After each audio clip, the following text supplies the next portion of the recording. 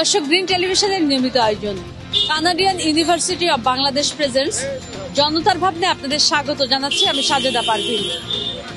দুর্নীতি বিরোধী সম্মেলনে যোগ দিতে যুক্তরাষ্ট্রে যাচ্ছে বাংলাদেশ। এ নিয়ে জনগণের ভাবনা কি, চলুন জেনে আসি।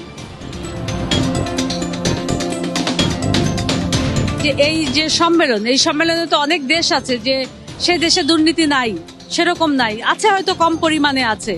তো বাংলাদেশ কি ধরনের লাভবান হবে?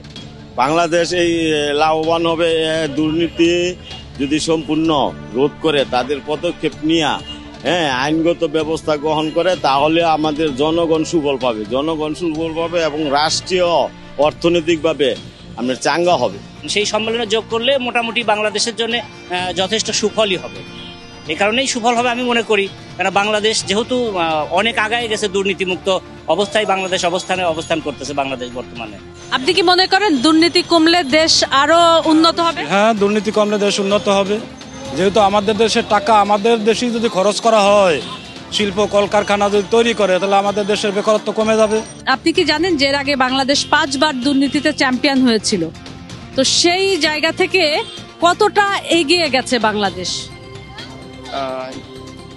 এটা এখন বর্তমানে 2023 সালে আমরা এসে বলতে পারি যে বর্তমানে আগের যে সমস্যাগুলো ছিল বা দুর্নীতিগুলো ছিল, এখন তো অনেকটাই রোধ হয়ে গেছে।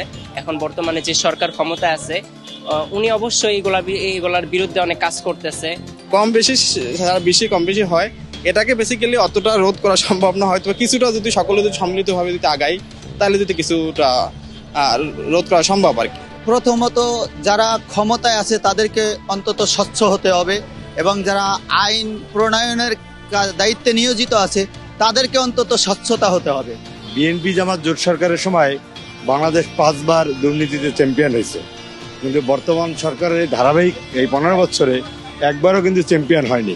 সুতরাং সেক্ষেত্রে বোঝাই যাচ্ছে জননেত্রী শেখ হাসিনার নেতৃত্বে দুর্নীতি কতটা নিয়ন্ত্রণে আছে এবং অবশ্যই কমছে। দর্শক, জনগণ মনে করে সরকারের বেশ কিছু পদক্ষেপের কারণে এখন কিছুটা দুর্নীতি কমেছে। ওনার ধমনীতে বঙ্গবন্ধু রক্ত প্রবাহিত, সেক্ষেত্রে উনি চেষ্টা করছেন এই দেশকে, এই জনগণকে স্বস্তিতে রাখার জন্য। উনি নিজ হাতে এটাকে কন্ট্রোল করছেন, এই জন্য এটা অনেক কম আছে। দুর্নীতি প্রতিরোধ করা, তো সেটা কি শুধু সরকারের একার দায়িত্ব?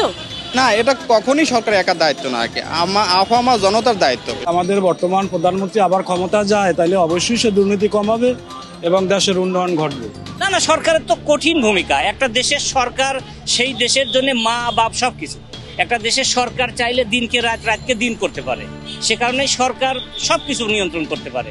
কি ধরনের পদক্ষেপ গ্রহণ করলে বাংলাদেশের দুর্নীতি কমবে বলে মনে করেন? প্রত্যেকের যে দায়িত্বগুলো আছে তাদের নিজ দায়িত্বগুলো তারা যদি পালন করে এবং সেই দিকে যদি উপর কর্মকর্তা যারা আছে তারা খেয়াল রাখে, তাহলে অবশ্যই এটা কমানো সম্ভব। আগের থেকে অনেক পরিমাণ অনেক কমছে, কিন্তু যে আংশিক রয়েছে তাও আবার এইটারে প্রতিরোধ করতে হবে, নাহলে আবার পুনরায় সেই জায়গায় চলে যাবে। দুর্নীতি মুক্ত নিজে যদি না হই, তাহলে সমাজকে বা রাষ্ট্রকে দুর্নীতি মুক্ত করা সম্ভব না।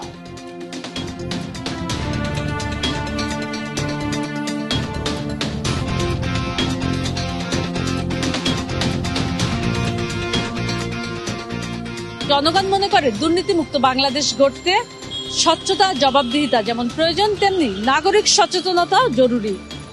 দর্শক, এই ছিল আমাদের আজকের আয়োজন Canadian university of Bangladesh presents জনতার ভাবনা। দেখতে চোখ রাখুন গ্রিন টেলিভিশনের পর্দায়।